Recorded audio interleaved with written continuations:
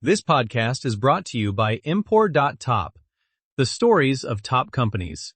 Disclaimer: this AI-generated content is for informational purposes only and should not be considered as investment advice. If you like our podcasts, please subscribe on Apple Podcasts, Spotify, or your favorite podcast player. And don't forget to follow us on X at Import.top. Find thousands of stories of top companies on our website, Import.top. Udemy Inc., the democratization of learning. Picture this: a platform hosting over 250,000 courses, serving 82 million learners across 180 countries, taught by 85,000 instructors in 75 languages. No admissions committee, no prerequisites, no ivy-covered gates, just a search bar and a credit card. That is Udemy, the world's largest open course marketplace, and its story is one of the most fascinating case studies in what happens when Silicon Valley idealism collides with marketplace economics, Wall Street expectations, and the relentless march of artificial intelligence. The central question of this deep dive is deceptively simple.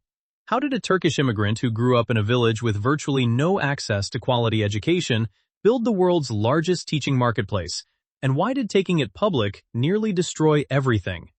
The answer takes us through the golden age of MOOCs, a pricing crisis that almost tore the platform apart, an enterprise pivot that saved the business, a pandemic boom that proved fleeting, a stock collapse that humbled everyone involved, and now, a merger that may determine whether the company survives the AI age at all. Udemy is not just an education story. It is a masterclass in two-sided marketplace dynamics, the tension between mission and margin, and the brutal reality of what happens when a hybrid business model meets public market investors who demand clean narratives. Along the way, we will explore why courses listed at $200 routinely sold for $10, why the enterprise business became the only thing keeping the lights on, and whether human-taught courses have a future when ChatGPT can tutor you for free. Consider the arc: a $4 billion IPO valuation in October 2021, an 83% stock decline by early 2026, and a pending merger with its closest rival that values the combined entity at a fraction of what the market once thought Udemy alone was worth. It is a humbling trajectory, but also one filled with genuine innovation, hard-won strategic pivots, and lessons that every founder, investor, and builder in the platform economy should study. This is the story of Udemy, from a one-room schoolhouse in Turkey to a pending $2.5 billion merger with Coursera, and every painful, exhilarating, and instructive chapter in between. Eren Bali was born in 1984 in Duralova, a tiny apricot farming village in Malatya province, eastern Turkey. His mother taught first through fifth grades in a single-room schoolhouse, which was, by local standards, an extraordinary educational resource. There were no bookstores, no libraries, no tutoring centers. The internet, when it eventually arrived, was Bali's window to the world. He taught himself programming and mathematics through whatever online resources he could find, and the experience left an indelible mark. He understood viscerally that knowledge existed in abundance, but access and structure did not. That self-directed learning paid off spectacularly. In 2001, Bali won a silver medal at the International Mathematical Olympiad, a feat that propelled him to Middle East Technical University in Ankara, where he graduated in 2005 with a double major in computer engineering and mathematics. But the village never left him. The memory of his mother teaching every subject to every age in one room. The hours spent hunting for scraps of knowledge online. The sheer randomness of whether a kid in rural Turkey could ever learn calculus or coding.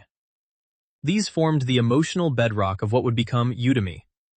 In 2007, Bali and his childhood friend Oktay Kaglar built a live virtual classroom platform while still in Turkey. It was rudimentary, ambitious, and ahead of its time. In 2008, Bali launched a live stream-based learning product called NoBand. It went nowhere. Shortly afterward, a Silicon Valley online dating company called Speed Date recruited Bali as an engineer, giving him his entry visa to the American tech ecosystem. Kaglar eventually followed. The two of them knew they wanted to build an education platform, but they needed someone who understood the Silicon Valley growth playbook. Enter Gagan Biyani, an Indian-American entrepreneur and UC Berkeley graduate who had written for TechCrunch and understood the mechanics of startup marketing and fundraising. Biyani became the third co-founder, bringing go-to-market savvy to Bali's technical vision and Koglar's engineering depth. Together, in early 2010, they formally incorporated Udemy, a portmanteau of U and Academy. The timing was electric. Between 2010 and 2012, the MOOC revolution was reaching fever pitch. Stanford professors Sebastian Thrun and Andrew Ng launched courses that attracted hundreds of thousands of students, spawning Udacity and Coursera, respectively. Sal Khan's Khan Academy was becoming a household name. The collective narrative was intoxicating. Free online education would democratize knowledge, disrupt universities, and change the world.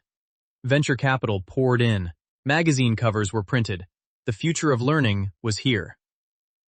But Udemy made a fundamentally different bet. While Coursera partnered with elite universities to offer curated, accredited courses, and Udacity focused on cutting-edge technology skills taught by industry luminaries, Udemy chose the open marketplace model. Anyone could teach. Anyone could learn.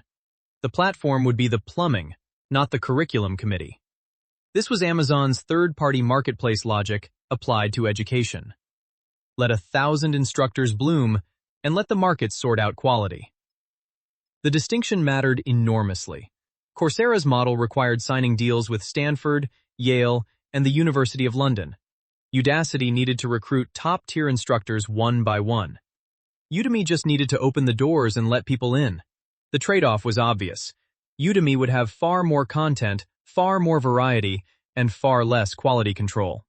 It was the philosophical split between gatekeeping and openness, between academic credentialing and practical skills, between polish and scale. In February 2010, the three founders hit the fundraising trail and were rejected by more than 30 venture capital firms. Nobody believed that user-generated educational content could be good enough, or that instructors would show up in sufficient numbers. Bali and his co-founders bootstrapped development, and in May 2010, Udemy launched. Within months, 1,000 instructors had created roughly 2,000 courses, and nearly 10,000 users had registered. The early traction was modest but real, and it caught the attention of angel investors. A seed round of $1 million closed in August 2010, led by MHS Capital, with participation from Naval Ravikant and Dave McClure's 500 startups. The MOOC bubble would eventually deflate.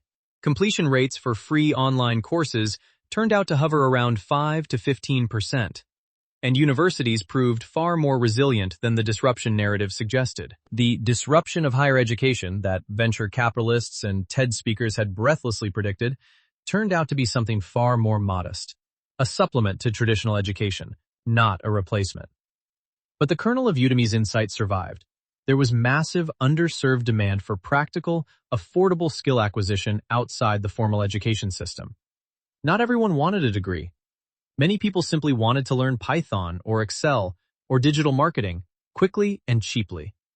The question was whether an open marketplace could deliver that without drowning in low-quality content, and whether the economics could ever work for instructors, students, and the platform simultaneously. Every two-sided marketplace faces the same existential challenge at birth, the chicken and egg problem. Without courses, students will not come. Without students, instructors will not bother creating courses. Udemy's early team solved this with a clever hack that has become startup lore.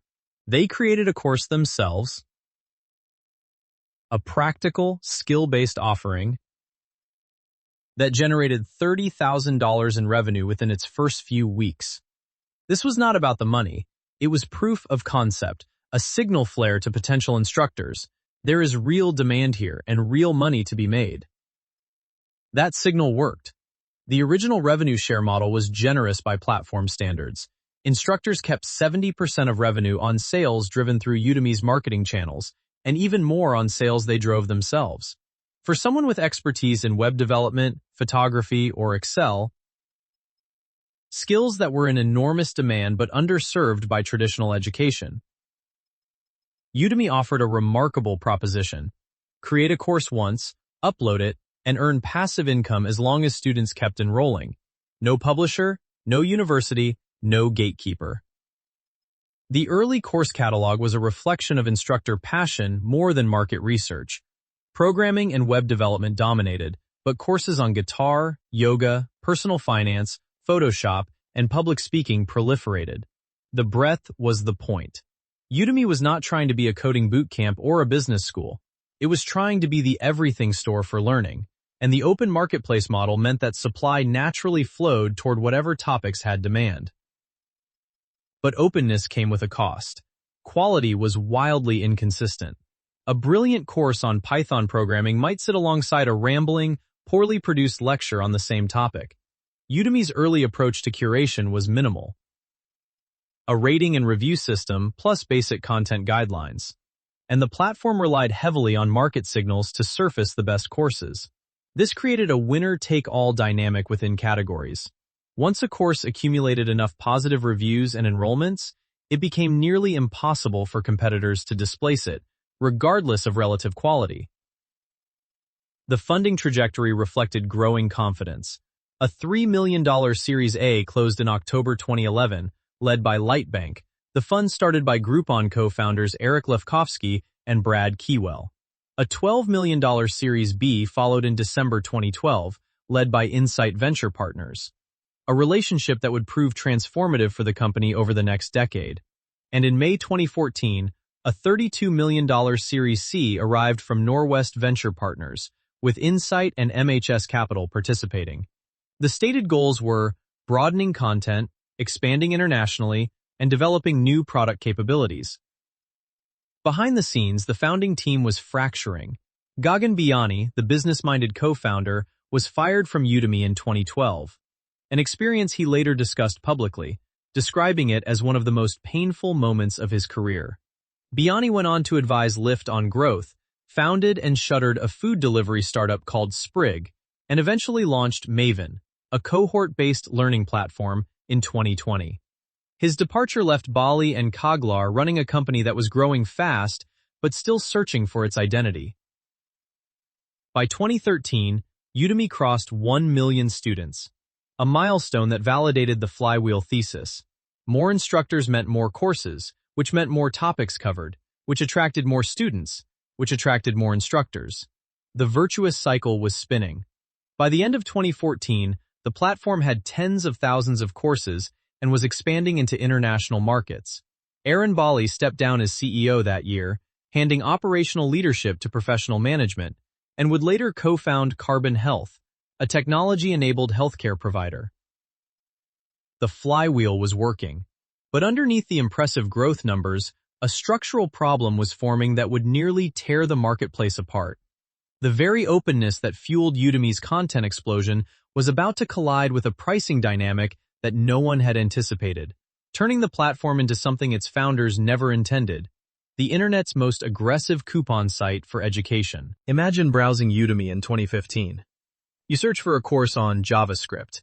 The top result shows an original price of $199, but today, lucky you, it is on sale for $12.99.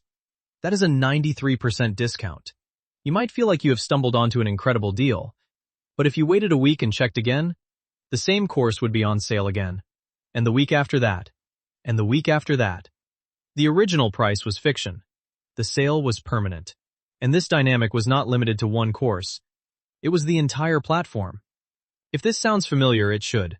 Department stores like JCPenney and Kohl's built entire business models around the same psychology. Inflate the original price, then offer a perpetual sale that makes the customer feel they are getting a bargain. But when JCPenney's CEO, Ron Johnson, tried to eliminate the fake pricing and move to everyday low prices in 2012, sales cratered because customers had been so thoroughly conditioned to buy on discount that fair pricing felt like a ripoff. Udemy would discover the same painful truth.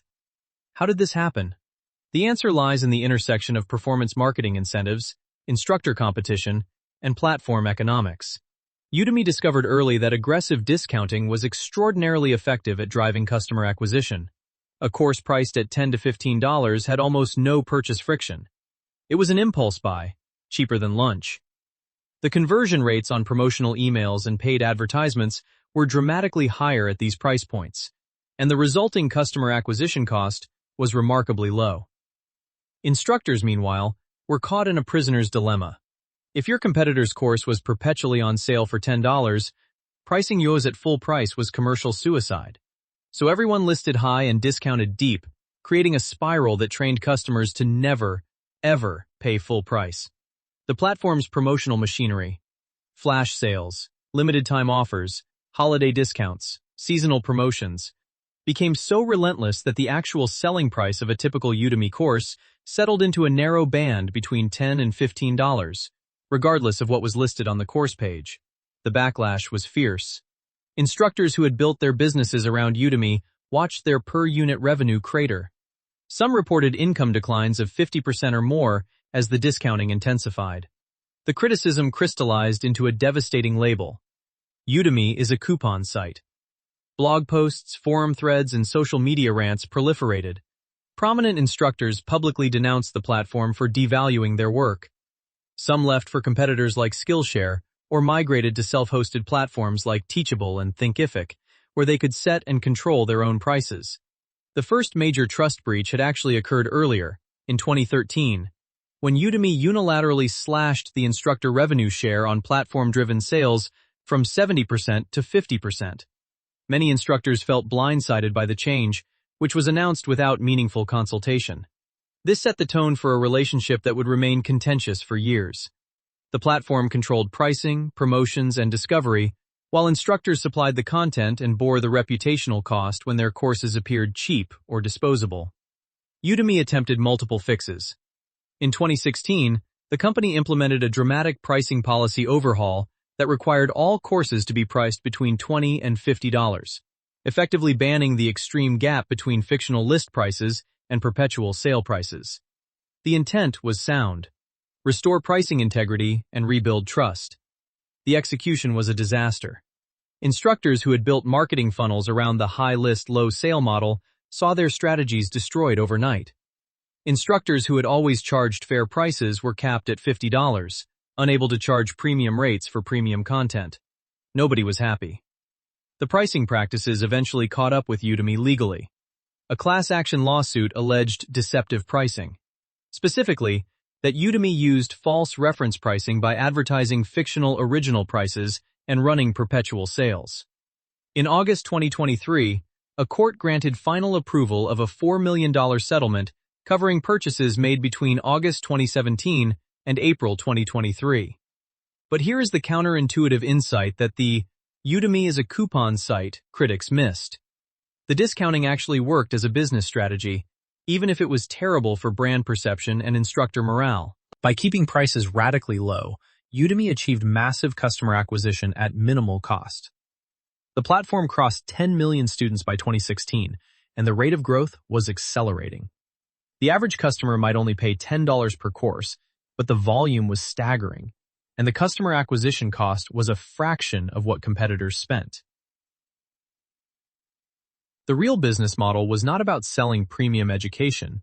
It was about selling accessible skill acquisition at scale, powered by a performance marketing engine that thrived on impulse purchases. Think of it less like a university bookstore and more like the dollar store of learning. Not prestigious, not always high quality, but serving an enormous market of people who wanted to learn something practical without spending hundreds of dollars or committing months of their time. The instructor economics reflected this reality in brutal terms. It was a volume game for the vast majority. 75% of instructors earned less than $1,000 per year. Only about 1% earned over $50,000. But those at the top?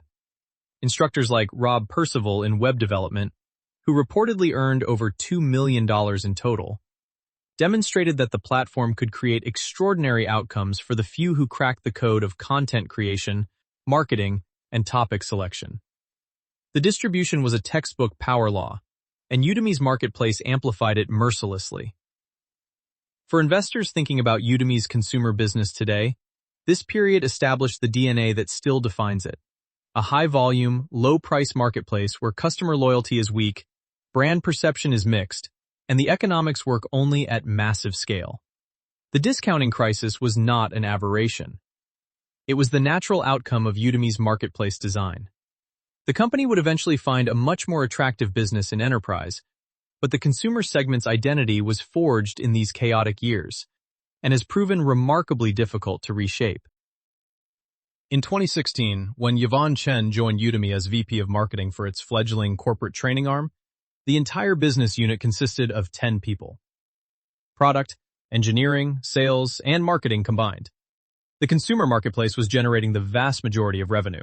The discounting crisis was raging, and few inside or outside the company would have predicted that this tiny enterprise team would become the engine that kept Udemy alive through the most difficult years ahead. The strategic logic was clear even then. The consumer marketplace was transactional and volatile, subject to the discounting dynamics that made revenue forecasting more art than science. Corporate training, by contrast, offered something that every SaaS investor loves: recurring revenue. Companies sign annual or multi-year contracts, pay per seat, and renew predictably. The global corporate learning and development market was estimated at over $300 billion, and most of it was being served by legacy learning management systems that were, to put it charitably, universally despised. Anyone who has suffered through mandatory compliance training on a clunky enterprise LMS knows the pain. Udemy saw an opportunity to bring its vast course catalog, curated down to the best 5,000 to 7,000 offerings from a library of over 150,000, into the corporate environment, replacing soul-crushing compliance modules with engaging, practical skills training. The product, initially called Udemy for Business and later rebranded to Udemy Business, was a subscription-based service. Companies paid annual per-seat licenses for their employees to access a curated subset of the marketplace catalog. The curation was critical. While the open marketplace contained everything from guitar lessons to quantum physics, the enterprise product was focused on business-relevant skills: technology, leadership, project management, data science, and professional development. A dedicated team evaluated courses for quality, relevance, and production value, creating a premium layer on top of the marketplace's open content. The sales motion was fundamentally different from the consumer business. Instead of performance marketing and impulse purchases, enterprise deals required a dedicated sales team, multi-month procurement cycles, security reviews, integration with existing HR and LMS systems, and executive buy-in. Udemy had to build this capability from scratch, hiring enterprise sales professionals who understood how to navigate Fortune 500 procurement processes. The average contract value ranged from $40,000 to $80,000 for large enterprise customers, with the largest deals reaching into the hundreds of thousands or millions. The traction was remarkable. By the time of the IPO in 2021, Udemy for Business had penetrated 80% of Fortune 100 companies. Major clients included Samsung, Accenture, Apple, PayPal, Unilever, Pinterest, Adidas, and General Mills. The enterprise revenue trajectory told a compelling story. In 2020, Udemy Business revenue grew 103% year-over-year, propelled by the pandemic-driven surge in remote work and digital upskilling. In 2021, growth remained robust at 81%. By 2022, enterprise revenue had reached $314 million, half of total company revenue, with 68% year-over-year growth. Udemy also identified an underserved niche in government training. Udemy Government, serving defense agencies and federal organizations, became a meaningful segment within the enterprise business, leveraging the platform's scale and breadth to provide training that met government procurement requirements. The government sector, with its massive training budgets and mandated upskilling programs, represented a stable, high-retention customer segment that diversified the enterprise revenue base beyond the private sector. What made the enterprise pivot particularly impressive was the speed of execution. Going from a 10-person team in 2016 to a business that would eventually generate over $500 million in annual recurring revenue required building not just a sales force, but an entire operational infrastructure. Customer success teams to ensure adoption and renewal, content curation processes to maintain the quality bar, security and compliance capabilities to satisfy enterprise IT requirements, and analytics dashboards that gave L&D leaders visibility into employee learning activity. Each of these capabilities had to be built while the consumer marketplace continued to demand attention and investment. The enterprise pivot created a strategic tension that would define Udemy's identity crisis for years. The consumer marketplace was the brand. It was what people thought of when they heard Udemy. But the enterprise business was the growth engine, the margin story, and the path to financial sustainability. Every dollar an engineering hour invested in enterprise capabilities was a dollar an hour not invested in the consumer experience. Every curation decision that removed a course from the enterprise catalog had no effect on the consumer marketplace, but it highlighted the quality gap between what Udemy showed to corporations and what it showed to individual learners. The competitive landscape was also shifting. LinkedIn Learning, born from Microsoft's $26 billion acquisition of LinkedIn in 2016, had an insurmountable distribution advantage. Access to LinkedIn's professional network of over 1 billion members. Coursera for Business brought the prestige of university partnerships into the enterprise market. Pluralsight offered deep, specialized technology training with hands-on labs. Skillsoft, the legacy incumbent, still held significant market share among large enterprises. Udemy Business was competing against all of them simultaneously, armed with breadth of content and competitive pricing, but lacking the distribution advantage of LinkedIn, the credentialing power of Coursera, or the depth of Pluralsight. The financial transformation was unmistakable, though. By 2019, enterprise bookings had reached a critical mass that fundamentally changed the revenue mix. The business was transitioning from a transactional consumer marketplace into something that looked much more like a SaaS company, with annual recurring revenue, net dollar retention metrics, and enterprise customer counts that Wall Street could understand and value. This transformation would prove essential when Udemy decided to go public, though it would also create a narrative complexity that public market investors found deeply confusing. In March 2020, as offices around the world shuttered and hundreds of millions of workers found themselves suddenly remote, Udemy experienced a demand surge unlike anything in its history. Weekly enrollments more than quadrupled between February and late March. Total enrollments jumped 98% during the pandemic period. In the United States, enrollment grew 130%. In India, it grew 200%.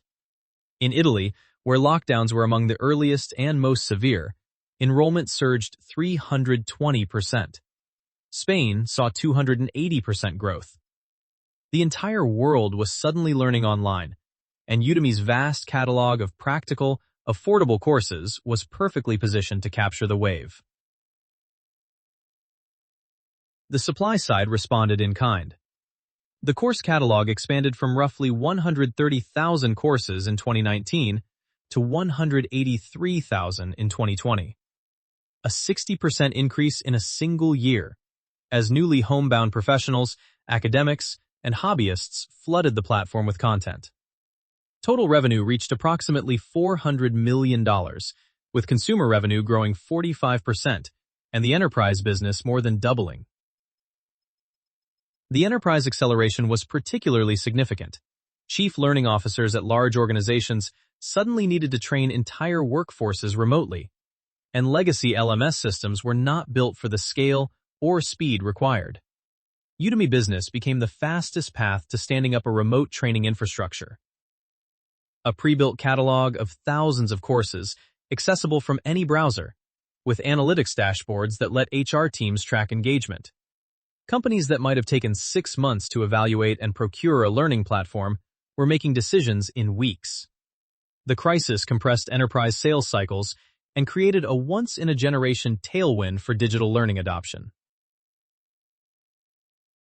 On the strength of this growth, Udemy raised a $50 million Series E in November 2020, led by Tencent, at a pre-money valuation of $3.25 billion. The round was relatively modest given the valuation, suggesting that the company was already eyeing a public offering as its next major capital event. The presence of Tencent, China's technology conglomerate with deep expertise in content platforms, added strategic credibility, even though the investment was primarily financial rather than operational.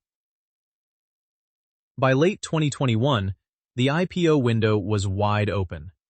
Interest rates were still near zero, Growth stocks were trading at extraordinary multiples, and EdTech was riding a narrative wave. Coursera had gone public in March 2021, and its stock had initially performed well. Duolingo had listed in July 2021 to an enthusiastic reception. The market appetite for education technology companies appeared insatiable, and Udemy's combination of consumer scale and enterprise growth seemed like a compelling offering. On October 29, 2021, Udemy went public on the Nasdaq Global Select Market at $29 per share, the top of its expected range, raising approximately $421 million. The implied valuation was roughly $4 billion. Morgan Stanley, JP Morgan, Citigroup, Bank of America Securities, Jefferies, and Truist served as underwriters.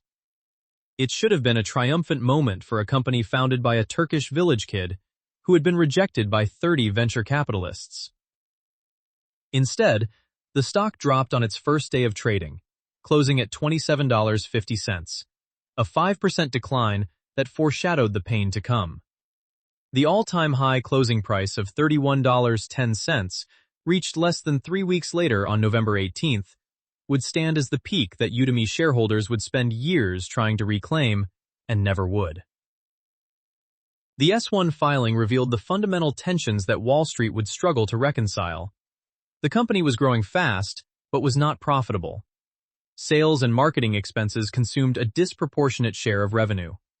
The consumer business and enterprise business had fundamentally different economics, growth trajectories, and competitive dynamics, but they were reported as a single company. Investors were being asked to value a hybrid marketplace SaaS business at SaaS multiples, even though the marketplace component dragged down margins and growth predictability. The narrative problem was acute. Was Udemy a high-growth enterprise SaaS company? The enterprise metrics suggested yes. Recurring revenue, strong net retention, expanding customer base.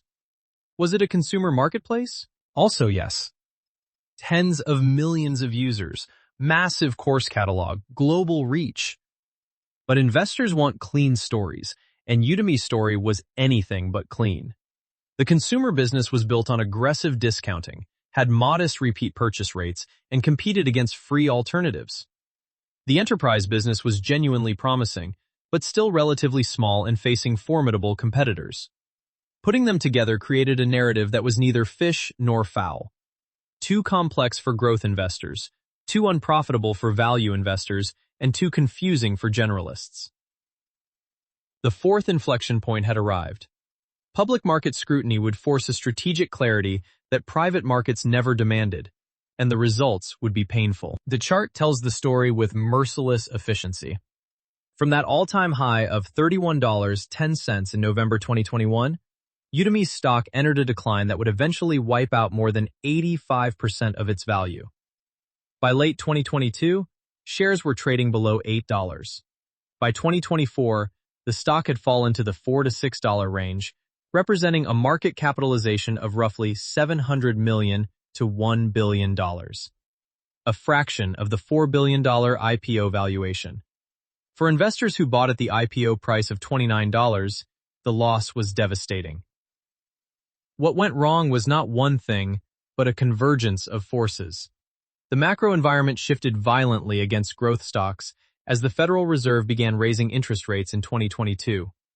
EdTech broadly fell out of favor as the pandemic-driven demand surge proved temporary. Chegg, 2U, and Coursera all suffered significant stock declines during the same period. The narrative that COVID would permanently accelerate the shift to online learning proved overly optimistic, at least in the near term. Udemy's specific challenges were more structural. The consumer business stagnated and then contracted. Consumer revenue, which had been the heart of the company since its founding, peaked and began declining. From roughly $309 million in 2023 to $292 million in 2024, a 5% drop. The discounting dynamics that had fueled consumer growth were now working against the company. Customers had been trained to view Udemy courses as low-cost impulse purchases, making it nearly impossible to raise prices or improve unit economics without destroying volume. Enterprise competition intensified. LinkedIn Learning's integration into the broader Microsoft and LinkedIn ecosystem gave it a distribution advantage that Udemy could not match. Coursera's university partnerships lent it a credentialing prestige that resonated with enterprise buyers concerned about training quality. Pluralsight, taken private by Vista Equity Partners in 2022 for roughly $3.5 billion, could invest aggressively without public market scrutiny. The enterprise market that Udemy had helped pioneer was becoming crowded, and differentiation was increasingly difficult. Leadership changes reflected the turbulence. Dennis Yang, who had served as CEO since Bali's departure in 2014, was succeeded by Greg Kokari around 2020. Greg Brown, who had led the enterprise business as its president, was elevated to CEO in 2023 as the company doubled down on its enterprise-first strategy. Brown's appointment signaled a clear message. The enterprise business was the priority, and the consumer marketplace would have to adapt or accept a diminished role. Strategic decisions under pressure followed a familiar playbook. In February 2023, Udemy laid off approximately 200 employees, its first major reduction in force, with severance costs of $8 to $9 million and expected annual savings of $30 to $32 million. Headcount fell from a peak of 1,678 employees in 2022 to 1,443 in 2023. A second, larger restructuring was announced spanning the third quarter of 2024 through the first quarter of 2025, involving a 20% workforce reduction, with some roles moved offshore. The expected restructuring costs were $16 to $19 million. The AI threat emerged as an existential question starting in late 2022 and accelerating through 2023 and 2024. ChatGPT's ability to explain concepts, answer questions, generate code, and provide personalized instruction raised a fundamental challenge. If an AI could serve as a personal tutor on virtually any topic, what was the value of pre-recorded video courses created by human instructors? The question was not hypothetical. Khan Academy launched Khanmigo, an AI-powered tutoring assistant, in 2023. Every major technology company was investing in AI-powered learning tools. The entire premise of Udemy's marketplace, that human instructors creating video content was the optimal way to deliver knowledge, was suddenly up for debate. But the company was also bending toward profitability with notable determination. Losses peaked at $153.8 million in 2022 and began narrowing rapidly. Gross margins expanded from the high 50s to 63% in 2024 and 66% in 2025. Adjusted EBITDA went from $7.8 million in 2023 to $43 million in 2024 to $95.3 million in 2025. A remarkable trajectory of margin expansion driven by cost discipline, restructuring, and the growing mix of higher-margin enterprise revenue. The third quarter of 2025 marked a milestone. Udemy reported its first GAAP profitable quarter since the IPO, with $1.6 million in net income. In August 2024, founder Aaron Bali returned to Udemy as Chief Technology Officer, leaving his CEO role at Carbon Health, where he remained as executive chairman. Bali's return was symbolically powerful. The founder coming home to the company he had built, now tasked with leading the AI-driven transformation of the platform's technology. He reported to CEO Greg Brown and oversaw engineering, data, and technical program management.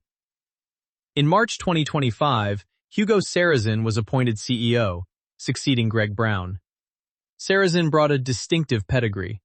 27 years at McKinsey, where he had been a senior partner running the business technology practice in Silicon Valley, followed by a stint as president and chief product and technology officer at UKG, the human capital management software company.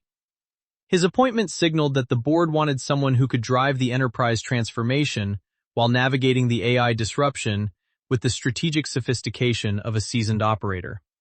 The choice of a McKinsey veteran over a product visionary or growth stage operator suggested that the board prioritized disciplined execution and strategic positioning over the kind of product-led innovation that might have characterized an earlier era of the company. The leadership quartet of Sarrazin as CEO, Bali as CTO, Rob Rosenthal as president of Udemy Business, and Ramji Sundararajan as president of Consumer, represented the most experienced and strategically diverse team in the company's history. Whether that team had the time and the tools to execute a transformation before the market's patience expired was the open question. The stock, trading around $5 by early 2026, represented an 83% decline from the IPO price. But the underlying business was dramatically healthier than the stock chart suggested. Profitable on an adjusted basis, with a growing enterprise business and a leadership team focused on AI-enabled reinvention. The question was whether any of that mattered in a market that had largely written Udemy off. To understand Udemy, you have to understand its instructors. Not as an abstraction or a line item on an income statement, but as real people with real economic incentives that shape everything about the platform's content, quality, and competitive position. The instructor revenue share model has been the most contentious aspect of Udemy's relationship with its content creators, evolving through several iterations that progressively shifted power toward the platform. In the earliest days, instructors received up to 90% of revenue on certain arrangements. That was reduced to 70% on Udemy marketed sales, then slashed to 50% in the controversial 2013 change. The current tiered system works as follows. If an instructor drives a sale through their own coupon or referral link, they keep 97%. A generous split that incentivizes self-promotion. But if a student finds the course through Udemy's marketplace organically, the instructor receives only 37%. Since the majority of sales are platform-driven, most instructors operate at the lower end of this range. The subscription model introduced yet another economic layer. For Udemy Business and the Consumer Subscription Plan, Udemy allocates a pool of subscription revenue to instructors based on minutes consumed. This pool has been steadily shrinking, from 25% of monthly subscription revenue originally to 20% in January 2024 to 17.5% in January 2025, with a planned reduction to 15% in January 2026. As the subscription business grows relative to individual course purchases, instructors are effectively earning more in aggregate, but less per unit of content consumed. The platform is capturing an ever larger share of the value that instructors create. The earnings distribution among instructors follows a brutal power law. 75% of instructors earn less than $1,000 per year. Only about 1% earn over $50,000. What might be considered a full-time income. The top 1% captures over half of total instructor earnings, while the bottom 50% shares just 1%. The S-1 filing disclosed that 5% of instructors generated 71% of paid marketplace enrollments, a concentration ratio that would alarm any economist studying platform health. The instructors who do make serious money on Udemy have typically cracked a specific formula. Choose a high-demand technical topic, produce high-quality video content, invest in marketing to build initial momentum, and benefit from the compounding effects of positive reviews and enrollment numbers that push their courses to the top of search results. Rob Percival, a web development instructor, reportedly earned over $2.8 million in total Udemy earnings. Victor Bastos accumulated approximately $900,000. These are exceptional outcomes, and they create a powerful marketing narrative for Udemy's instructor recruitment. But they are wildly unrepresentative of the typical instructor experience. The long-tail problem is the uncomfortable reality beneath the success stories. The vast majority of courses on Udemy sell almost nothing. Creating an online course requires significant effort: scripting, recording, editing, creating supplementary materials, and most instructors will never recoup that investment in monetary terms. This does not mean the courses are bad. Many are excellent but simply cannot break through the discovery algorithms to reach an audience. The marketplace rewards incumbency, and once a course dominates a category, it becomes extraordinarily difficult to displace. Quality spans an enormous spectrum. At the top end, Udemy courses are genuinely excellent, practical, well-structured, professionally produced, and regularly updated. At the bottom, they are hastily assembled cash grabs designed to capitalize on trending keywords. The open marketplace model means that Udemy cannot fully control this quality range without fundamentally changing its identity. The enterprise product solves this through curation, cherry-picking the best courses for the corporate catalog. But the consumer marketplace remains a wild frontier where buyer beware is the operating principle. Content freshness is a persistent challenge. Technology skills change rapidly. A course on a JavaScript framework from 2 years ago may teach patterns that are already obsolete. Udemy encourages instructors to update their courses, but there is no mechanism to force updates, and many instructors move on to other projects once initial course creation is complete. This creates a quality decay problem that is particularly acute in the technology categories that generate the most revenue. The platform power dynamics mirror those of other creator economies. YouTube, Amazon's third-party marketplace, app stores, where the platform controls discovery, pricing, and promotion while creators supply the content. Instructors have limited leverage individually, though top instructors can and do multi-home across platforms like Skillshare, Teachable, and their own websites. The relationship is symbiotic but asymmetric, and it generates a low-level hum of resentment that periodically erupts into public controversy. The existential question looming over this entire ecosystem is what happens as AI improves. If ChatGPT can explain any programming concept on demand, personalized to the learner's level and learning style, what is the value of a pre-recorded video course? If AI can generate practice exercises, provide instant feedback, and adapt in real time, does the static course format become obsolete? Udemy's instructors are the company's most important asset and its most significant cost. If the asset becomes less valuable, the entire economic model unravels. Udemy's financial architecture is a study in contrasts. Two fundamentally different businesses, a consumer marketplace and an enterprise SaaS product, operate under one roof, sharing a content catalog, but little else in terms of economics, growth dynamics, or competitive positioning. The revenue mix tells the story of a business in transition. In 2023, enterprise revenue accounted for roughly 58% of total revenue, and by 2024, it had reached 63% at $494.5 million, with the consumer segment contributing $292.1 million. The enterprise business grew 18% year-over-year in 2024, while consumer revenue declined 5%. By 2025, total revenue was essentially flat at $789.8 million, with the enterprise segment continuing to grow modestly while consumer continued to shrink. The company's fortunes are now almost entirely dependent on whether the enterprise business can grow fast enough to offset consumer declines and eventually pull the overall growth rate back into positive territory. Consumer unit economics are challenging. Customer acquisition costs are high relative to the average transaction value of $10 to $15 per course purchase. Repeat purchase rates are modest. Many students buy 1 or 2 courses and never return. The lifetime value of a consumer customer is limited by the low price points and the availability of free alternatives. The introduction of a consumer subscription plan, Udemy Personal, has shown promising early traction. Paid subscribers reached 343,000 by the end of 2025, more than doubling year-over-year. But it remains a small portion of overall consumer revenue, and its long-term retention characteristics are unproven. Enterprise economics are substantially more attractive.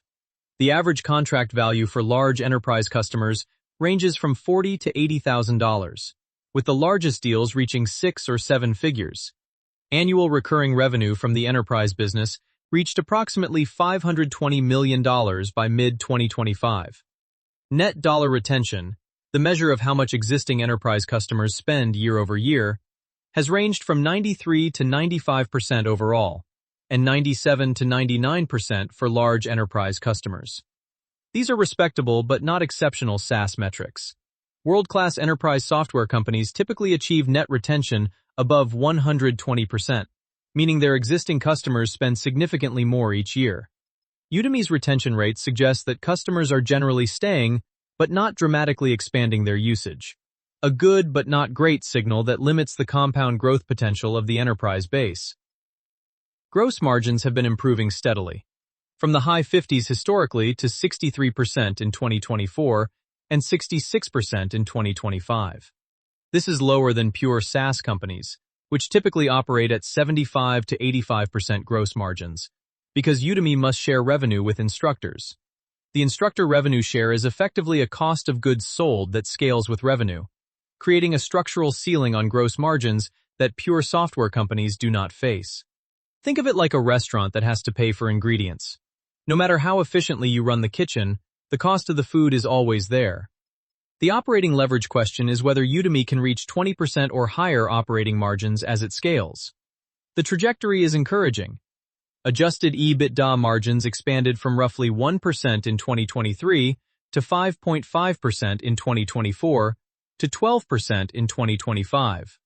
This was driven primarily by cost cuts, restructuring, and the growing mix of higher-margin enterprise revenue. But sustaining this trajectory requires continued enterprise growth, stable instructor economics, meaning the revenue share does not need to increase to retain top instructors, and marketing efficiency improvements that have historically proven elusive in the consumer business. The sales and marketing efficiency problem deserves particular attention. Udemy has consistently spent a high proportion of revenue on sales and marketing, necessary for driving consumer acquisition through performance marketing and for building the enterprise sales team. Bringing this ratio down while maintaining growth is the central financial challenge facing the company. In the enterprise business, the sales cycle is long and human-intensive, requiring account executives, solution engineers, and customer success managers. In the consumer business, paid acquisition competes against free alternatives and requires constant spending just to maintain baseline enrollment levels. Comparing Udemy to its closest public competitor, Coursera, illuminates the trade-offs. Coursera's consumer gross margins are lower, 20 to 25%, because of university revenue share agreements that are more generous than Udemy's instructor payouts. But Coursera's university partnerships provide credentialing value that Udemy lacks, enabling premium pricing and different customer demographics. LinkedIn Learning, bundled into Microsoft's LinkedIn ecosystem, operates under a completely different economic model where the learning product drives engagement and retention for the broader LinkedIn platform. Microsoft does not need LinkedIn Learning to be profitable on a standalone basis, which is a structural advantage that no pure-play edtech company can match. Pluralsight, now private under Vista Equity, focused exclusively on deep technology skills with hands-on labs. A narrower market, but potentially deeper moat. One way to think about the unit economics challenge is through the lens of a restaurant analogy. A pure SaaS company is like a software restaurant where the food costs almost nothing. Once the code is written, serving it to one customer or a million costs roughly the same. Udemy is more like a restaurant franchise where the ingredients, instructor content, represent a real, ongoing cost that scales with revenue. The instructor revenue share is Udemy's cost of goods sold. And unlike software costs, it cannot be engineered away through better technology or operational efficiency. This fundamental difference explains why Udemy's gross margins will likely never reach pure SaaS levels, and why investors who value the company using pure SaaS multiples will always be disappointed. For investors evaluating Udemy's path to sustainable profitability, the math requires enterprise revenue to grow to 70% or more of the total mix, gross margins to stabilize in the mid to high 60s, and sales and marketing efficiency to improve as the enterprise customer base generates more expansion revenue relative to new logo acquisition costs. It is achievable. The trajectory points in the right direction, but it requires sustained execution in a competitive market with no room for major missteps. The online learning market is one of those industries that looks enormous on paper. Projected to reach $178 billion by 2034, growing at nearly 16% annually. But is so fragmented and competitive that no single player has achieved anything close to dominant market share. The top 5 platforms collectively hold only 8 to 10% of the total market, which tells you everything about both the opportunity and the challenge. It is a market where everyone can survive, but nobody can dominate. the worst kind of competitive structure for generating exceptional returns. On the consumer side, Udemy's most formidable competitor is not another edtech company. It is YouTube. Free tutorials on virtually every topic imaginable, from Python programming to watercolor painting, are available on demand with no purchase required. YouTube does not compete on production quality or structured curriculum, but it competes devastatingly on price, $0, and convenience, already on every device, already habitual. Every potential Udemy customer has the option to learn for free on YouTube, and many do. Stack Overflow, GitHub documentation, and open source communities provide additional free learning resources for the technology skills that represent Udemy's strongest category.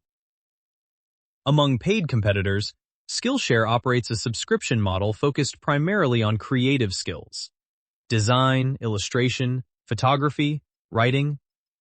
LinkedIn Learning, included with LinkedIn Premium subscriptions, offers professionally produced courses across business, technology, and creative topics, with the massive advantage of being integrated into the world's largest professional network. Course Hero and Chegg serve adjacent markets in academic support. None of these is a direct Udemy clone, but all compete for the same fundamental resource: the learner's time and willingness to pay for structured educational content. The fragmentation of the market is both Udemy's salvation and its curse. No single competitor has built a platform that matches Udemy across all dimensions: breadth, price, enterprise features, and global reach. But the fragmentation also means that Udemy faces different competitors in every segment: YouTube and free content in consumer, LinkedIn and Coursera in enterprise, Pluralsight in deep tech, and increasingly AI in the personalized tutoring space. Fighting a multi-front war against specialized competitors in each segment is strategically exhausting and capital-intensive. In the enterprise market, the competitive dynamics are different and arguably more intense. LinkedIn Learning's distribution advantage is formidable. When your learning platform is integrated into the same ecosystem where employees manage their professional identities, job searches, and networking, the friction of adoption is minimal. Coursera for Business leverages university brand partnerships to offer credentialed learning paths that carry weight with both employees and employers.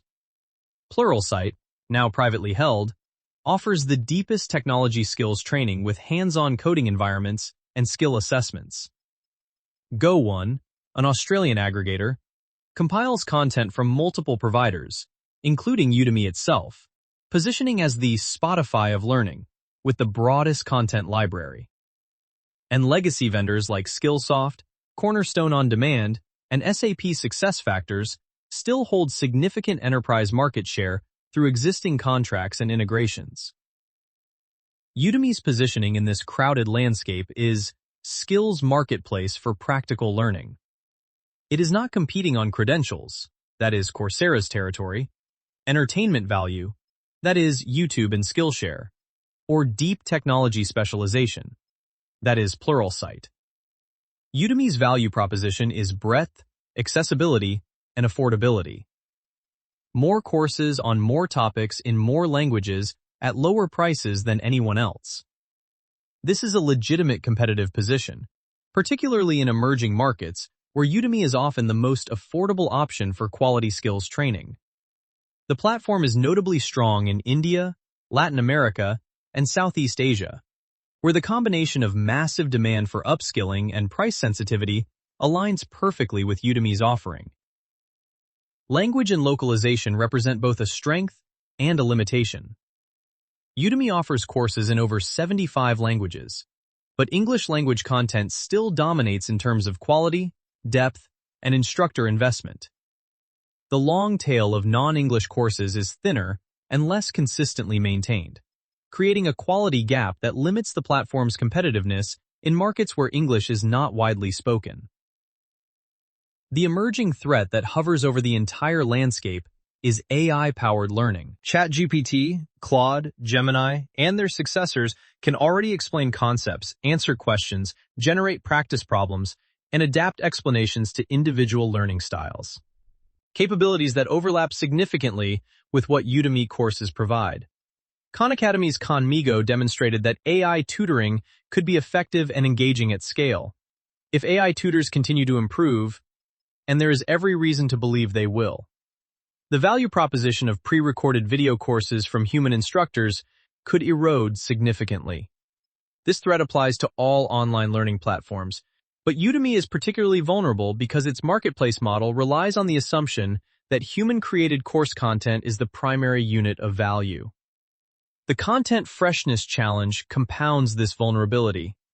Technology skills change rapidly, and courses become outdated within months or years. Udemy's marketplace model means that updating courses is voluntary.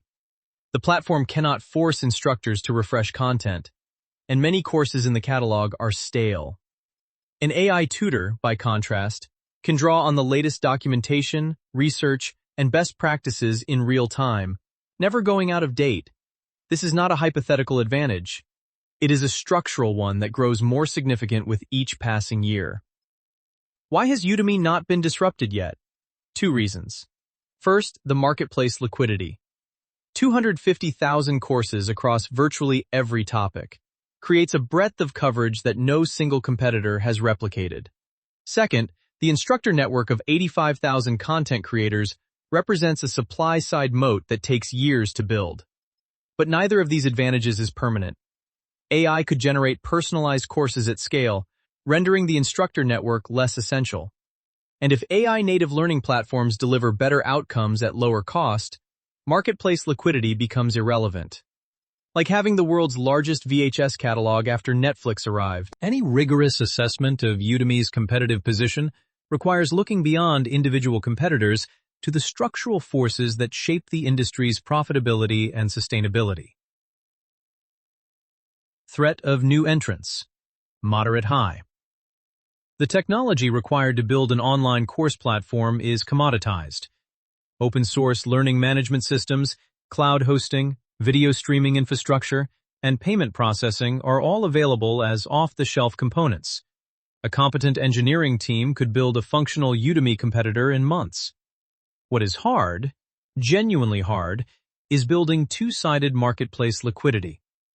Getting enough instructors to create enough courses to attract enough students to attract more instructors is a cold start problem that takes years of effort and significant capital to solve. Udemy's catalog of 250,000 courses and 82 million registered learners represents a genuine barrier to entry. But this barrier is not insurmountable, particularly for platform companies that already have large user bases, like Google, Apple, or Amazon, or AI companies that could generate content programmatically, rather than relying on human instructors. Bargaining power of suppliers, instructors, moderate. This is a split market. Top instructors, the 5% who generate 71% of enrollments, have meaningful leverage. They can multi-home across Skillshare, Teachable, their own websites, and YouTube, and their departure would hurt Udemy's catalog quality. Most instructors, however, have virtually no bargaining power. They depend on Udemy's marketplace for distribution and have no realistic alternative that offers comparable reach. The platform controls pricing, promotions, and discovery algorithms, creating a significant power asymmetry. The steady reduction in the subscription revenue pool allocated to instructors from 25% down to a planned 15% demonstrates how the platform has used this power to progressively capture more value. Bargaining power of buyers, high. On the consumer side, buyers have enormous power because the switching costs are zero and free alternatives abound. A student dissatisfied with a Udemy course can find similar content on YouTube, Google, or a competitor platform within seconds. Price sensitivity is extreme. The market has been conditioned to expect courses at $10 to $15, and any attempt to raise prices risks catastrophic volume declines. On the enterprise side, buyers are more concentrated and contracts are longer. But competitive bidding among multiple enterprise learning platforms gives procurement teams significant leverage on pricing and terms. Large enterprise customers, particularly the Fortune 500, are sophisticated buyers who benchmark providers against each other and negotiate aggressively. Threat of substitutes, very high. This is arguably the most dangerous force facing Udemy. Substitutes are everywhere. Free content on YouTube and the open web, formal education through universities and boot camps, on-the-job training and mentorship programs, and increasingly, AI tutors that can provide personalized, interactive instruction at near zero marginal cost. The breadth and quality of free educational content available on the internet in 2026 is staggering, and it continues to grow daily. Every programming language, business concept, and creative skill that Udemy teaches has extensive free coverage elsewhere. Udemy's value add is curation, structure, and a certificate of completion. But these are thin differentiators against the zero price point of substitutes. Competitive rivalry, high. The online learning market is fragmented, with multiple business models, marketplace, subscription, freemium, university partnership, enterprise SaaS, competing for the same learner attention and corporate training budgets. Price competition is intense in the consumer market, and feature competition is fierce in the enterprise market. LinkedIn's distribution advantage, Coursera's credentialing prestige, and the emerging AI-native learning tools all create pressure from different angles. No single competitor is killing Udemy, but the cumulative competitive pressure limits pricing power, margin expansion, and growth potential. Overall assessment. The structural forces facing Udemy are unfavorable. High buyer power, very high substitute threat, and high competitive rivalry create an environment where sustaining attractive returns on capital is extremely difficult. The moderate barrier to entry from marketplace liquidity provides some protection, but it is not sufficient to create the kind of durable competitive advantage that generates exceptional long-term returns. Moving from industry structure to company-specific competitive advantages, Hamilton-Helmer's 7 Powers framework provides a more granular assessment of whether Udemy possesses durable sources of value that competitors cannot easily replicate. Scale economies, weak. Udemy benefits from some fixed cost leverage in platform development. The technology infrastructure that serves 1 million users can serve 10 million without proportional cost increases. But the instructor revenue share creates a variable cost that scales with revenue, preventing the kind of dramatic operating leverage that pure software companies enjoy. The enterprise sales team requires ongoing human investment that does not scale linearly, and customer acquisition costs in the consumer business remain stubbornly high. Scale economies exist at the margins, but are not strong enough to create a meaningful cost advantage over well-funded competitors. Network effects, moderate. Udemy's two-sided marketplace does exhibit cross-side network effects. More instructors create more courses, which attract more students, which attract more instructors. This virtuous cycle is real and has been Udemy's primary engine of growth. But the network effects are weaker than those found in social networks or communication platforms, because learners on Udemy do not interact with each other in meaningful ways. There is no social graph, no community engagement, no viral loop. A student who loves a Python course does not generate additional enrollments through their usage in the way that a WhatsApp user generates additional installs. The network effects are enough to create modest marketplace liquidity advantages, but insufficient to produce winner-take-all dynamics. Counterpositioning. Historical, now fading. In its early years, Udemy was genuinely counterpositioned against traditional education. Universities were too slow, too expensive, and too rigid. Udemy was fast, cheap, and open. Incumbents could not easily respond because adopting Udemy's model would cannibalize their own high-margin degree programs. This counter-positioning advantage was real through roughly 2015 and drove significant early growth. But it has eroded dramatically as every major educational institution, technology company, and content platform has embraced online learning. The counter-positioning advantage is essentially gone. The next wave of counterpositioning may be AI against all human-created course content, a threat that Udemy is on the wrong side of. Switching costs. Low, consumer, moderate, enterprise. Consumer switching costs are effectively zero. A student can move from Udemy to Coursera or YouTube without losing anything of value. There is no data lock-in, no accumulated credentials that only work on Udemy, no social connections that would be severed. Enterprise switching costs are moderately higher. Implementing a new learning platform requires integration work, employee retraining, content migration, and procurement cycles that create friction. But these costs are not high enough to prevent churn when a materially better alternative appears, and enterprise customers regularly evaluate competitive offerings. Branding. Moderate. Udemy is a globally recognized brand associated with online learning. In brand awareness surveys, it consistently ranks among the top online learning platforms worldwide. But the brand association is mixed. Affordable courses, yes, but also variable quality, heavy discounting, and a reputation as the discount bin of education. The brand is not prestigious, that is Coursera with its university partners, not aspirational, that is LinkedIn Learning with its professional network integration, and not beloved, that is Khan Academy with its nonprofit mission. Udemy's brand is functional. People know it, use it, and have modest expectations. This is better than no brand, but insufficient to command pricing power or deep customer loyalty. Cornered resource. Weak. Udemy does not have exclusive relationships with its instructors, who are free to publish on competing platforms. It does not possess proprietary pedagogy or unique content.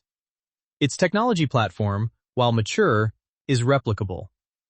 The instructor catalog of 250,000 courses is a valuable resource, but individual courses are not exclusive to Udemy, and the platform has no mechanism to prevent instructors from offering identical or similar content elsewhere. Process power. Weak to moderate.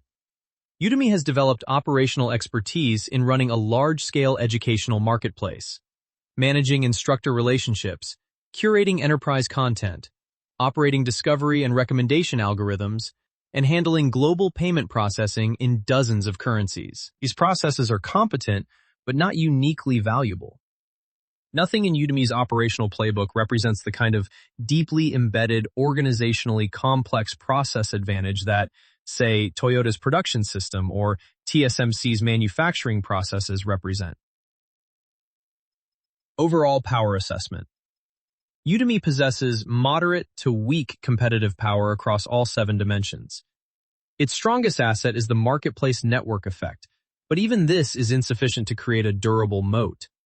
The company is vulnerable to disruption from AI-native learning platforms, continued pressure from well-funded competitors like LinkedIn Learning, and the structural challenges of a market with high substitute availability and low switching costs. This does not mean Udemy cannot succeed as a business, but it does mean that exceptional long-term returns require exceptional execution in a structurally challenging environment. The bull case. The most compelling argument for Udemy starts with the enterprise business. At $520 million in annual recurring revenue and growing, Udemy Business serves over 17,000 enterprise customers, including a majority of the Fortune 100. The net retention rate for large enterprise customers, 97 to 99%, indicates that once companies adopt the platform, they tend to stay and expand usage. As corporate learning and development budgets continue to grow, driven by the urgent need to upskill workforces for AI and digital transformation, Udemy's position as the broadest catalog enterprise learning platform creates a meaningful competitive advantage. The path to profitability has been proven. Adjusted EBITDA margins expanded from roughly 1% to 12% in just 2 years, and the first GAAP profitable quarter arrived in the third quarter of 2025. The restructuring actions, while painful, have created a leaner cost structure that can generate meaningful operating leverage as enterprise revenue continues to grow. If the company can sustain mid-teens enterprise growth while holding costs relatively flat, 20% plus EBITDA margins become achievable. The global market opportunity is genuinely massive. Skills training demand is accelerating worldwide as AI transforms job requirements across every industry. Udemy's catalog breadth, 250,000 courses in 75 languages, and geographic reach, strong positions in high-growth emerging markets like India, Latin America, and Southeast Asia, provide a platform for international expansion that few competitors can match. The 291% surge in AI literacy demand reported in Udemy's 2024 Learning Index demonstrates that the platform is capturing real demand from the most important skills trend of the decade. AI could enhance rather than replace the Udemy model. The company has invested in AI-powered recommendations, personalized learning paths, skills mapping for enterprises, and AI-assisted content creation tools for instructors. If AI makes existing courses more effective and personalized rather than replacing them, Udemy's vast content library becomes more valuable, not less. The consumer subscription initiative, while early, shows promise. Paid subscribers more than doubled to 343,000 by the end of 2025, suggesting that a segment of consumers values ongoing access to the platform enough to pay recurring fees. If subscription revenue grows to represent a significant portion of the consumer business, it could transform consumer unit economics from transactional and unpredictable to recurring and stable. Finally, the Coursera merger, announced in December 2025, creates a combined platform with over $1.5 billion in revenue, expected cost synergies of $115 million, and complementary strengths in marketplace content, Udemy, and university partnerships, Coursera. The merged entity would be the largest pure-play online learning company by a significant margin. The bear case. The consumer business is structurally challenged and may be in permanent decline. Revenue fell 5% in 2024, and the trend has not meaningfully reversed. Free alternatives proliferate, brand perception is mixed, the coupon site stigma persists, switching costs are zero, and there is no obvious catalyst for consumer reacceleration. The subscription initiative is promising, but tiny relative to the overall consumer revenue base. The enterprise market is becoming a commodity. LinkedIn Learning's distribution advantage through Microsoft's ecosystem is formidable and difficult to match. Coursera's university partnerships provide credentialing value that enterprise buyers increasingly demand. Go1's aggregation model allows companies to access Udemy content alongside content from other providers, reducing the direct relationship between Udemy and the enterprise buyer. Net dollar retention in the mid-90s, while acceptable, suggests limited expansion revenue. Enterprise customers are not dramatically increasing their spending year over year, which caps the compound growth potential of the installed base. AI is an existential threat to the course format itself. The pre-recorded video course. Udemy's fundamental unit of value may be a transitional format that is superseded by interactive, personalized AI tutoring. Every major technology company is investing billions in AI-powered education tools. If AI tutors become as good as the best human instructors, which many researchers believe is a matter of when, not if, the entire supply side of Udemy's marketplace becomes commoditized. The platform's 85,000 instructors, far from being an asset, become a cost center serving a shrinking market. The marketplace model prevents high margins regardless of scale.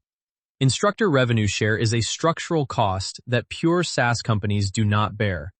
Even as gross margins have expanded to 66%, they remain well below the 75 to 85% range typical of high-quality SaaS businesses.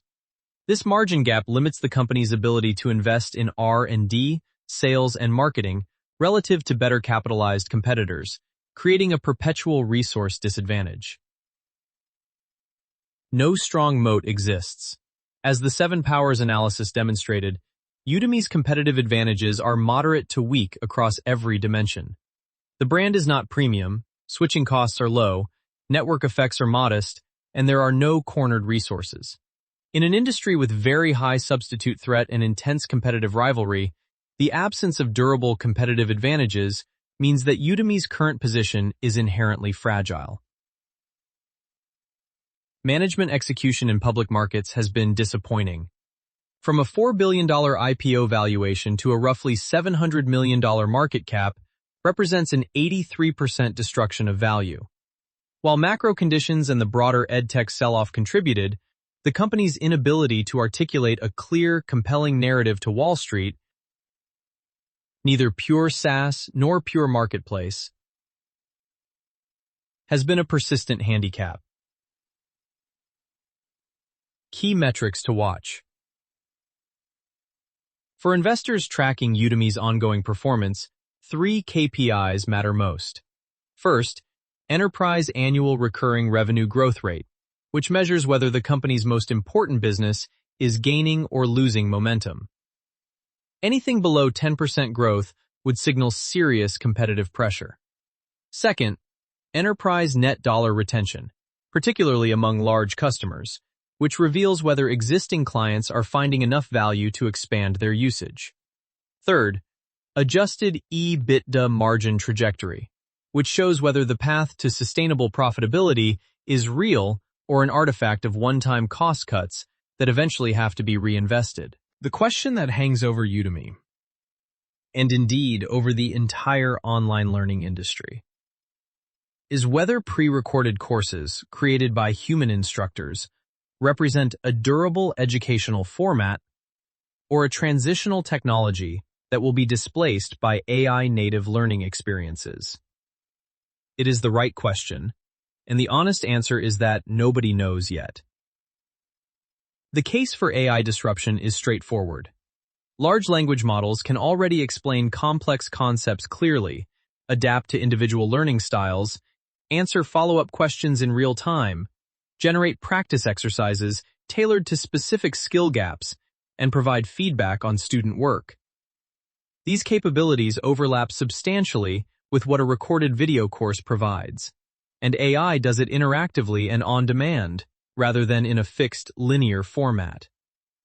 ChatGPT as a programming tutor is, in many contexts, already more effective than a recorded course, because it can answer the specific question you have right now, not the question the instructor anticipated when recording the course 3 years ago.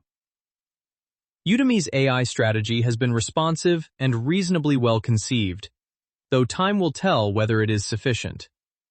The company has invested in an AI learning assistant that provides natural language chat grounded in course content, AI-powered skills mapping for enterprise customers, personalized learning path generation, and AI-assisted content creation tools that help instructors create micro-learning content derived from existing courses. In 2025, under founder Aaron Bali's technical leadership, the company accelerated its AI transformation with new hires focused on AI-powered product development and partnership ecosystems. The shift towards skills verification represents a potentially more durable value proposition than content delivery alone. If Udemy can evolve from "we have courses" to "we can verify and certify that employees have specific skills," the platform becomes embedded in hiring workflows, performance management systems, and career development processes in ways that are harder for AI to displace. Assessments, certificates, and employer integrations create switching costs and institutional relationships that pure content delivery does not. The strategic landscape shifted dramatically on December 17, 2025, when Coursera and Udemy announced a definitive all-stock merger agreement. Under the terms, Udemy stockholders would receive 0.800 Coursera shares for each Udemy share, valuing the combined entity at approximately $2.5 billion. The merger represented a 26% premium to Udemy's 30-day average trading price, but a massive markdown from the $4 billion IPO valuation. Coursera shareholders would own roughly 59% of the combined company, with Udemy shareholders holding 41%. The strategic logic is compelling on paper. Coursera brings university partnerships, credentialing power, and a different learner demographic. Udemy brings marketplace breadth, instructor scale, and enterprise customer relationships. Combined, They would create the largest pure-play online learning platform with over $1.5 billion in annual revenue and expected cost synergies of $115 million within 24 months. Both companies' boards approved the deal unanimously, and Insight Venture Partners, Udemy's longest-standing institutional investor, committed to vote in favor. Whether the merger succeeds, it is expected to close in the second half of 2026, pending regulatory and shareholder approval. Will depend on integration execution, competitive response, and whether the combined entity can navigate the AI disruption that threatens both companies equally. Mergers of struggling companies do not always produce a stronger combined entity. Sometimes they produce a larger struggling company. The $115 million in expected cost synergies are achievable primarily through headcount reduction and elimination of overlapping functions. But revenue synergies, the harder and more important part, require successfully cross-selling to each other's customer bases and creating combined offerings that are more valuable than what either company provides alone. The scenario planning from here spans a wide range. In the best case, the Coursera-Udemy merger creates a platform that combines marketplace scale, university prestige, and AI-powered personalization to dominate enterprise learning and capture a meaningful share of the growing global skills training market. In the base case, the combined entity becomes a stable niche player. Profitable, modestly growing, serving a loyal enterprise customer base but unable to achieve the transformative growth that would justify premium valuations. In the worst case, AI-native learning platforms render the entire course format obsolete. The merger integration fails to deliver promised synergies, and the combined company enters a spiral of declining relevance and margin compression. For Udemy to achieve transformative outcomes from here, whether as part of the Coursera combination or independently if the merger falls through, it would need AI to enhance rather than replace human-taught content. The enterprise learning market to consolidate around a few large platforms, with Udemy being one of them, and the company to successfully transition from content delivery to skills verification and workforce intelligence. Each of these is plausible but far from certain. The final take on Udemy is this: the company successfully democratized course creation. Anyone in the world can teach anything on the platform, and millions have. But it has not yet democratized learning outcomes. Completion rates remain low, career impact is difficult to measure, and the gap between taking a course and acquiring a skill remains wide. Closing that gap. Making learning on Udemy demonstrably effective and career advancing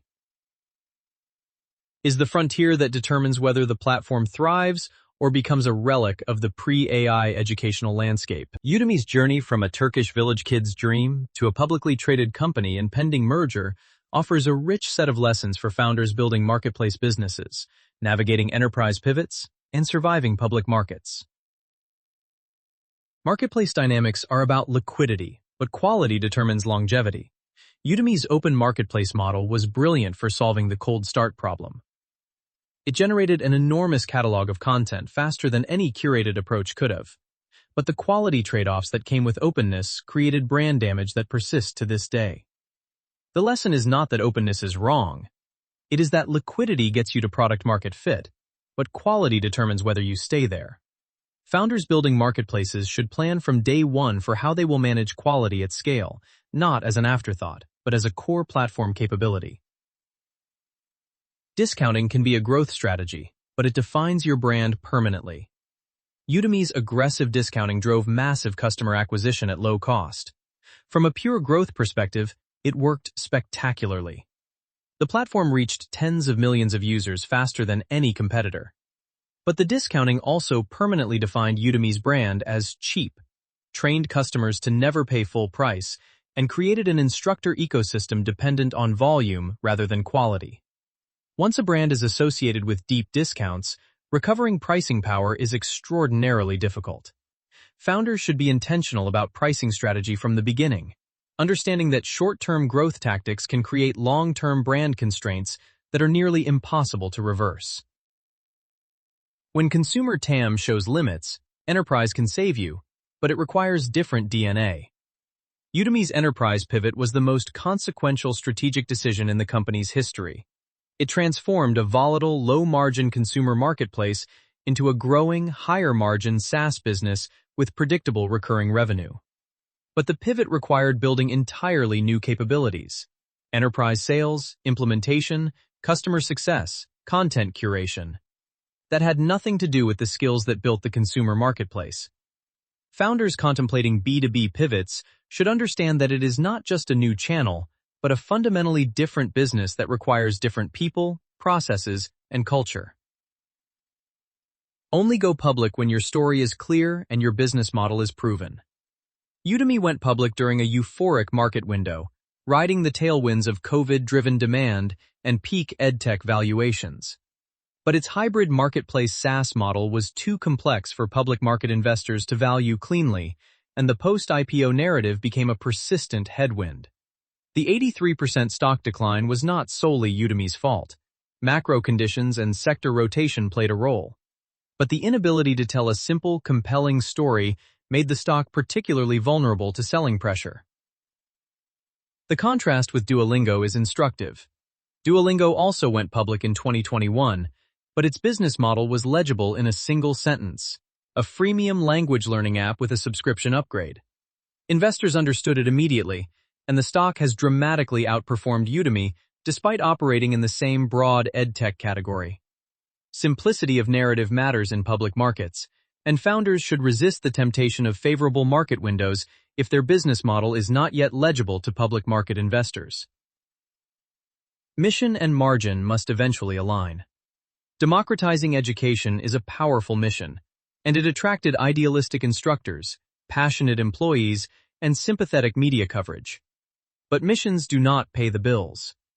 The tension between Udemy's aspirational mission and the economic realities of its marketplace, instructor economics that do not work for the majority, quality issues that undermine the educational premise, consumer pricing that signals disposability rather than value, has been a persistent source of internal and external friction. The lesson is not that mission does not matter, but that mission without a sustainable economic model is just marketing. Control pricing and discovery, but do not alienate your suppliers. Platform power is a double-edged sword. Udemy's control over pricing, promotions, and discovery algorithms gave it enormous leverage in shaping marketplace dynamics. But exercising that leverage unilaterally, cutting revenue shares, imposing pricing restrictions, reducing subscription pools, eroded instructor trust over time. The steadily declining instructor share of subscription revenue, from 25 to 15% over several years, may be economically rational in the short term, but it risks creating a supply-side crisis if top instructors defect to platforms that treat them better. Content businesses are structurally harder than they look. The refresh cycle problem. Courses going stale as technology and best practices evolve is a content-specific challenge with no clean solution. Content quality is expensive to maintain, difficult to scale, and impossible to guarantee in an open marketplace. The economics of content creation often work for the platform, but not for the creators, creating a persistent instability in the supply side. Founders building content-dependent businesses should model the full lifecycle costs of content creation, maintenance, and quality control, not just the initial acquisition. Incumbents must cannibalize themselves or be disrupted. Udemy's moment of truth with AI is arriving now. The company can invest aggressively in AI-powered learning experiences that may reduce the need for traditional instructor-created courses, effectively cannibalizing its own core asset. Or it can defend the existing model and risk being displaced by AI-native competitors. Clayton Christensen described this dilemma decades ago, and it is playing out in real time. The founders and leadership teams who navigate this successfully will be those who embrace the disruption rather than resist it, even when it means undermining the very marketplace that built the company. As of early 2026, Udemy stands at the most consequential crossroads in its 16-year history. The company reported full-year 2025 revenue of $789.8 million, essentially flat with the prior year, reflecting the ongoing tug-of-war between enterprise growth and consumer decline. Adjusted EBITDA of $95.3 million exceeded the high end of the company's own guidance, representing a 12% margin and a dramatic improvement from the near break-even levels of 2023. The third quarter of 2025 marked the first GAAP-profitable quarter since the IPO, a milestone that took 4 difficult years to achieve. The leadership team has been substantially reshaped. Hugo Sarrazin, the former McKinsey senior partner and UKG executive, took over as CEO in March 2025 with a mandate to accelerate the AI-powered transformation of the platform. Founder Aaron Bali returned as CTO in 2024, bringing the passion and vision that started the company back to its technological core. Rob Rosenthal was elevated to president of Udemy Business, and Ramji Sundararajan was appointed president of Consumer. 3 additional senior hires in June 2025 focused on strategy, global partnerships, and partner ecosystems signal the company's intent to build a broader, more deeply integrated platform. Product development has centered on AI capabilities. The Intelligent Skills platform launched in October 2024 includes an expanded AI learning assistant, AI-powered learning paths, and skills mapping tools for enterprise customers. AI-powered micro-learning tools enable instructors to create bite-sized content more efficiently. AI fluency packages. Curated course bundles focused on AI literacy and certification preparation are capitalizing on the explosive demand for AI skills training. The consumer subscription plan, Udemy Personal, has gained traction with over 343,000 paid subscribers, and subscription revenue now represents 72% of total revenue, a transformation from the transactional model that defined the company for its first decade. The stock traded around $5 in early March 2026, representing a market capitalization of roughly $717 million. The 52-week range of $4.35 to $9.40 reflects both the uncertainty of the Coursera merger outcome and the lingering skepticism about Udemy's standalone prospects. Investor sentiment is cautious, caught between the tangible improvements in profitability and the existential questions about the platform's relevance in an AI-driven future. The Coursera merger, pending expected completion in the second half of 2026, looms over everything.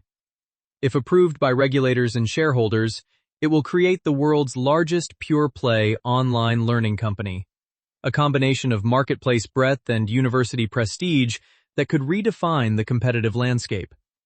If the merger falls through, Udemy must navigate the AI transition and competitive pressures as an independent company with limited scale relative to the technology giants increasingly entering the learning space. The broader industry context is one of consolidation and transformation. Pluralsight went private under Vista Equity Partners. 2U, the online program management company that had partnered with dozens of universities, filed for bankruptcy in 2024, a cautionary tale about the economics of online education. Chegg's stock collapsed as AI tutoring tools undermined its core homework help business. The survivors, Udemy, Coursera, Duolingo, and a handful of others, are the platforms that demonstrated enough fundamental value to endure the post-pandemic correction. That so many of them are now merging or being acquired suggests that the online learning market may not be large enough, or defensible enough, to support the number of independent public companies that the 2021 IPO window created. The AI revolution is simultaneously the greatest threat and the greatest opportunity facing the industry. It threatens to commoditize content creation, while enabling personalized learning experiences that could make platforms like Udemy dramatically more effective. The companies that will thrive are those that successfully integrate AI into their learning experiences while preserving the human elements, motivation, community, accountability, that technology alone cannot provide. The ultimate question is whether a marketplace built for human instructors can thrive when AI can teach anything. Udemy's answer that AI will enhance human content rather than replace it, that the breadth and diversity of human instruction has irreplaceable value, that the platform's instructor network is an asset rather than a liability, is a bet that will be tested severely in the years ahead. Aaron Bali built Udemy because he believed that everyone should have access to great teaching, regardless of where they were born. Whether that teaching comes from a human instructor in San Francisco or an AI model in the cloud, the mission remains the same. The question is whether Udemy's marketplace is the right vehicle to deliver it. Top 10 resources. 1. Udemy S1 Filing, 2021. sec.gov. The foundational document for understanding Udemy's business model, instructor economics, and financial structure at the time of its public offering. 2. The Udemy Story, by Aaron Bali. First round review interview. The founder's own account of building the platform from rural Turkey to Silicon Valley. 3. Matchmakers, by David Evans and Richard Schmalensee. Essential reading on two-sided marketplace dynamics, the economics of platforms, and why marketplace businesses behave differently than traditional companies. 4. The Cold Start Problem, by Andrew Chen. A comprehensive framework for understanding network effects, marketplace liquidity, and how platforms solve the chicken and egg challenge that Udemy faced in its early years. 5. Coursera S1 Filing, 2021. sec.gov. The comparison document for understanding how a university partnership model differs from Udemy's open marketplace approach. 6. Disrupting Class, by Clayton Christensen. The theoretical framework for understanding how technology disrupts education and why incumbents struggle to adapt, directly relevant to the AI disruption facing Udemy today.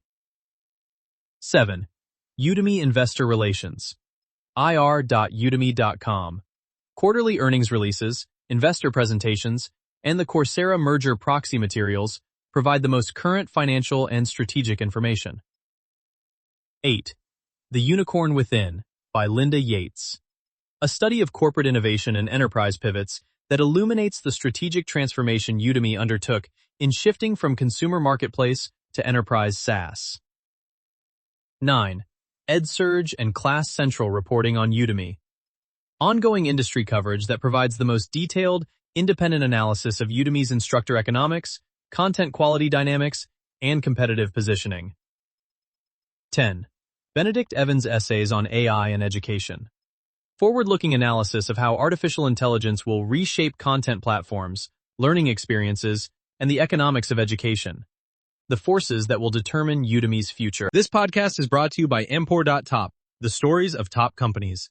Disclaimer, this AI-generated content is for informational purposes only and should not be considered as investment advice. If you like our podcasts, please subscribe on Apple Podcasts, Spotify, or your favorite podcast player. And don't forget to follow us on X at Empor.top. Find thousands of stories of top companies on our website, Empor.top.